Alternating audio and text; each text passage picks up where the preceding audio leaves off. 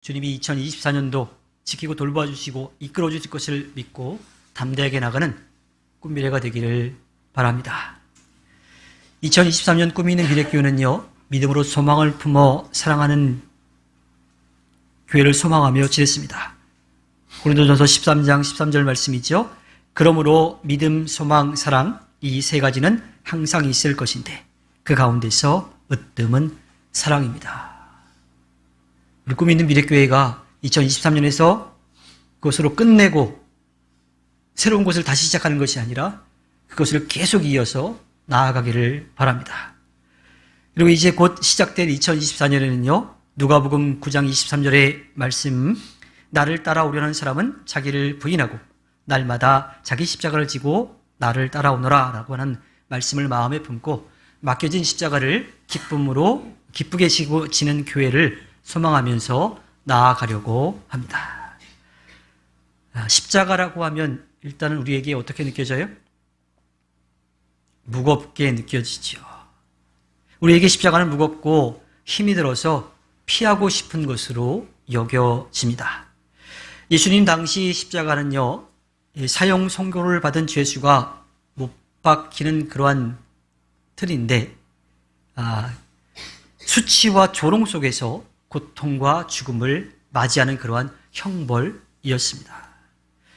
우리나라 조선시대에도요, 나라의 재물이나 백성들의 재물을 탐관 우리에게 행하던 그 벌 가운데 비슷한 게 있었더라고요. 어떤 거냐면 팽형이라고 하는 겁니다. 혹시 뭐 들어보셨을 거예요. 산 사람을 큰 가마솥, 물이나 기름이 담긴 그 가마솥에 넣고 끓여서 죽이는 그러한 형벌이죠. 그런데 그 잔인함 때문에 실제로 그것이 이루어진 적은 없다라고 합니다.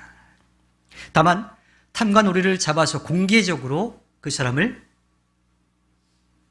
실제로 불은 붙이지 않지만 그 솥에 넣었다가 불을 피우는 신용을 하고 그리고 나서 그 사람을 꺼내는데 이 사람도 죽은 것처럼 그렇게 해서 다시 그 시체를 옮기듯이 집으로 보낸다라 그래요. 그래서 실제로는 숨을 쉬고 살아있지만 사회적으로는 그냥 죽은 사람과 마찬가지로 그렇게 되는 그런 형벌이었다라고 합니다. 하지만 예수님 당시 십자가 처형은요, 실제로 이루어진 사형 제도였습니다. 특히나 로마 황제의 체제의 반란을 일으키는 사람들에 대해서 내리는 가장 잔인한 형벌이었다라고 하죠. 초대교회 유대교 역사가 요세푸스의 기록을 보면요, 사지를 뻗고서 처벌을 받을 때 그들은 사형틀을 그들의 운명으로 받아들인다. 그들은 포박을 당하여 가장 뼈아픈 고통을 받으며 못 박힌다. 그들의 시체는 새들의 먹이가 되고 개들은 모질게 씹어먹는다라고 그렇게 기록하여서 전하고 있습니다. 그러니까 당시 실제로 집행된 십자가 처형은요, 아주 수치스럽고 또 잔인한 사형이었던 거지요. 예수님은 아무 잘못도 없으신데 우리의 모든 잘못을 대신 짊어지시고 그 수치와 고통을 또 죽음을 맞이하셨습니다.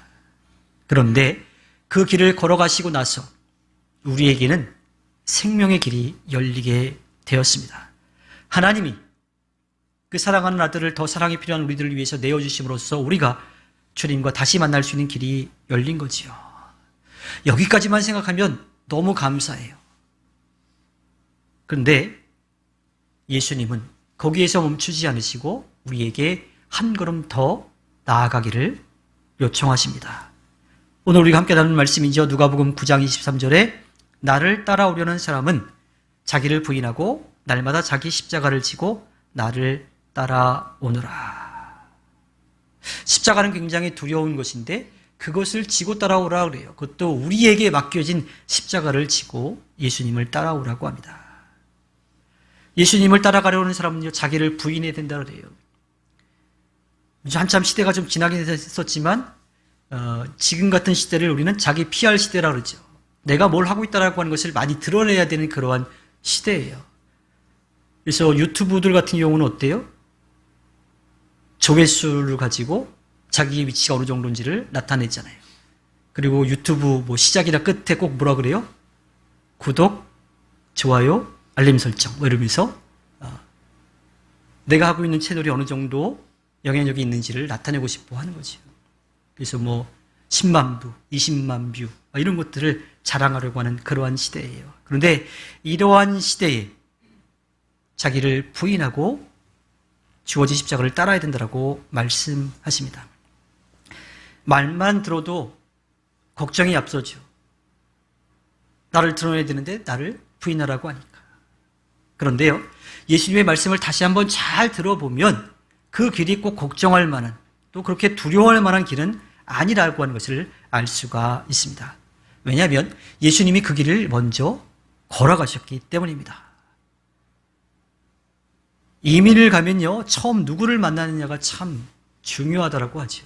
저희 처제도 캐나다 퀘벡으로 이민을 갔는데, 이민을 떠나기 전에 한번 갔다 올 때에 그곳에 있는 감리교회 목사님을 이제 만나게 되었대요. 그래서 그곳에 필요한 것들을 도움을 얻었었고, 그리고 아직 차가 나오지 않았던 그 상황 가운데 주일에 예배하러 가려면 교통편이 좀 어려웠는데, 목사님이 교회 예배하러 가시는 그 코스여가지고 아침마다 그 담임 목사님 차를 얻어 타고 가서 예배를 한다고 하더라고요.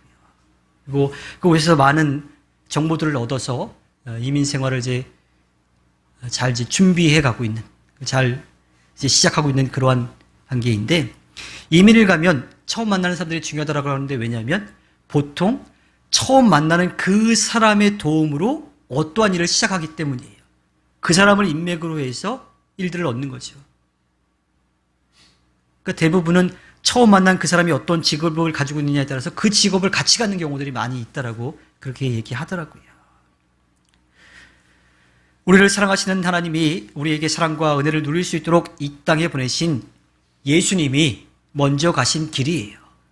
그러니까 우리에게 꼭 필요한 길이고 또 우리에게 도움이 되는 그러한 길인 거죠. 예수님은 분명히 십자가에 못 박혀 죽으셨지만 그 죽음을 이기시고 다시 살아나셔서 제자들 앞에 나타나시고 보여주셨고요, 만지게 하셨고요, 또 가르쳐 주셨습니다. 그래서 우리에게 이 땅에서의 삶이 끝이 아니라 영원한 하늘나라에서 영원한 삶이 있다라고 하는 것을 분명하게 보여주셨습니다. 그 십자가의 길을 가기 위해서는요, 제일 먼저 해야 될 것은 자기를 부인해야 된다라고 하는 겁니다. 욕심을 채우기 위해서 우리의 경험과 지식을 완전히 내려놓고 살아계신 주님을 믿고 따라가야 합니다. 누구보다도 유대교에 대해서 잘 알고 율법을 철저하게 지키던 사도 바울이요, 주님을 만나고 나서 그의 삶이 완전히 바뀐 것을 체험했습니다. 그리고 고백하는 것을 우리가 함께 들어보면요, 고린도전서 6장 31절에 형제자매 여러분, 나는 감히 단언합니다. 나는 날마다 죽습니다. 이것은 우리 주 예수 그리스도께서 여러분에게 하신 그 일로 내가 여러분을 자랑스럽게 여기는 것만큼이나 확실한 것입니다. 가장 좋은 교육을 받고 당시에 가장 좋은 위치에 있었던 그런 자격을 갖췄던 사도 바울이요, 날마다 죽는다라고 고백합니다. 그리고 그것이 확실한 거라고 이야기를 해요. 갈라디아서 6장 14절에 보면요, 그러나 내게는 우리 주 예수 그리스도의 십자가 외에 결코 자랑할 것이 없으니 그리스도로 말미암아 세상이 나를 대하여 십자가에 못 박히고 내가 또한 세상에 대하여 그러하니라.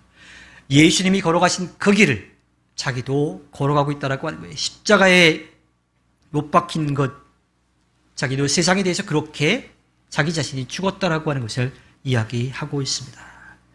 예수님이 십자가에 못 박혀 죽으신 것은요, 우리의 모든 잘못을 용서해 주시기 위한 것이었고요, 우리에게 맡겨진 십자가는요, 전에 우리의 욕심을 채우기 위해 살아왔던 우리 자신이 죽고 새롭게 주님의 자녀로 살아가는 것을 뜻합니다. 주님의 기쁨이 되는 삶을 살아가는 거지요. 주님을 믿고 의지하는 새로운 삶을 살아가게 되는 겁니다. 이어지는 누가복음 9장 24절의 말씀을 보면, 누구든지 제 목숨을 구하려고 하는 사람은 잃을 것이요, 누구든지 나를 위하여 제 목숨을 잃는 사람은 목숨을 구할 것이다. 그 길은요, 주님이 우리들에게 기대하시는 길이에요. 그 길은 우리가 주님의 사랑과 은혜를 누리는 길입니다. 그 길은 나도 살고 우리의 이웃도 사는 길입니다. 그러니 날마다 주님께서 우리를 믿고 맡겨주신 십자가를 기쁘게 지고 나아가야 합니다.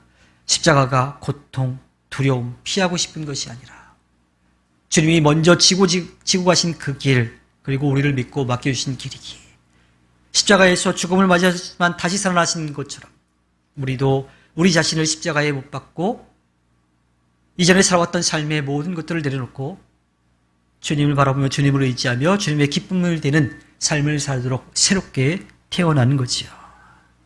그러니 십자가는 두렵거나 피하고 싶은 것만이 아니라 기쁘게 지고 갈 수 있는 것이 됩니다. 오늘의 마지막 절 말씀을 보면요, 누가복음 9장 25절에 사람이 온 세상을 얻고도 자기를 잃거나 빼앗기면 무슨 이득이 있겠느냐라고 말씀합니다. 자신을 내려놓지 않고 살아가는 사람들은요, 자신이 죽음의 길로 가고 있는지를 몰라요. 이 세상에서 필요한 것들을 얻기 위해서 아주 열심히 살아가죠. 정말 치열할 정도로 살아갑니다. 세상에는 열심히 살아가는 사람들이 참 많은 것 같아요. 제가 지금은 6시 아침 기도회라서 5시에 일어나가지고 준비하고 이제 교회로 천천히 걸어오는데, 이 시간에도 아침에 버스를 타고 가기 위해서, 일하러 가기 위해서 가는 분들이 꽤 많이 있어요. 버스에도 사람들 많이 타고 있어요.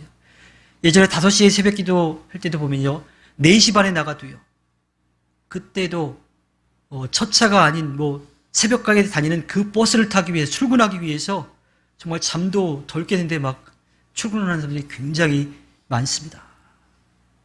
근데 그런 사람들이 그렇게 열심히 살아가고 있는데 과연 그들은 정말 무엇을 위해 살아가고 있는지 좀 궁금해지기도 해요.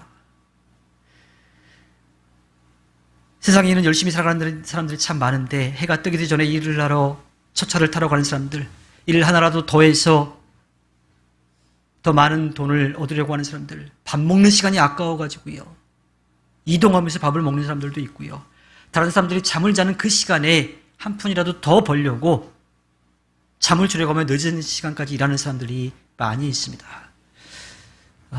저는 개인적으로 그렇게 열심히 일하는 사람들이요, 정말 일한 만큼 정당한 대가를 받고 또 사회적으로도 인정받으며 좀 살아갈 수 있었으면 하는 그런 마음이 있습니다. 그런데 정말 그들에게 더 바라는 것은요, 먼저 그들이 이 세상을 만드시고 모든 것을 하시고 모든 것을 하실 수 있는 주님을 믿고 의지하며 살아가기를 바랍니다. 주님이 우리를 위해서 값없이 베풀어 주신 그 은혜를 누리며 살아가기를 바랍니다. 아무리 세상에서 많은 것들을 얻기 위해서 열심히 살아간다 하더라도요, 주님을 알지 못하면 아무 소용이 없는 거예요. 어떤 사람들 열심히 일해서 막 많은 것들을 겨우겨우 모았는데 정말 한 푼도 자기를 위해서 쓰지 못하고 그냥 떠나가는 사람들도 있기도 해요. 또는 그것을 어떻게 써야 되는지 지혜가 없어가지고요, 흥청망청 순식간에 다 사라져버리게 하기도 하고요, 엉뚱한 데 쓰기도 합니다. 열심히 일하는 사람들이 정당한 대가를 받고 그것을 통해서 또 값지게 사용할 줄 아는 지혜도 얻으며 살아가기를 바랍니다. 무엇보다도 그들이 주님을 알고 주님을 믿고 의지하며 살아가기를 바랄 뿐입니다. 제가 어렸을 때 다니던 치과에 있던 글귀를 소개해드린 적이 있는데 기억하시는지 모르겠어요. 다 아는 이야기입니다. 돈을 잃으면 조금 잃은 것이고, 명예를 잃으면 많이 잃은 것이고, 건강을 잃으면 전부 잃은 거다라고 하는 그런 글귀가 있었어요. 요즘은 돈을 잃으면 건강을 잃는다라고 그렇게 이야기하기도 하더라고요. 세상에서 많은 돈을 가지고 건강을 지키며 또 명예를 얻는다 해도 주님을 알지 못하면 아무 소용이 없습니다. 우리가 살아가는 모든 것이 주님의 은혜이기 때문이에요. 사랑의 주님은 주님이 사랑하시는 모든 사람들이 값없이 베풀어 주신 그 은혜와 사랑을 누리기를 바라십니다. 그렇게 되도록 먼저 주님을 믿고 알고 따르는 우리가 주님께서 우리를 믿고 맡기신 그 일을 감당해야 됩니다.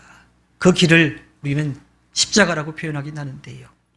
즉 성령의 능력을 힘입어서 하나님의 자녀로 예수 그리스도의 증인과 제자로 살아가서 이 땅에 주님의 나라를 전하고 또 만들어가고 넓혀가는 그러한 일에 열심을 내기를 기대하십니다. 자, 그렇게 본다면 우리에게 맡겨진 십자가는 피하고 싶은 그러한 십자가만은 아닌 것을 분명히 알 수 있을 거예요.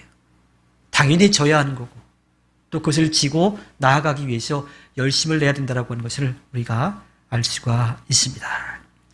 우리를 믿고 맡겨주신 십자가는요, 생각만 해도 끔찍해서 피하고 싶은 것이 아닙니다. 주님의 아름다운 뜻을 이루어가는 아주 멋진 일인 거지요. 이제 주님의 은혜 가운데 2024년이 시작되었습니다. 2024년 꿈이 있는 미래교회 또 꿈미래 식구들이 우리를 믿고 맡겨주신 십자가를 기쁘게 지고 담대하게 나가서 주님께 기쁨을 드리는 삶을 살아가기를 바랍니다.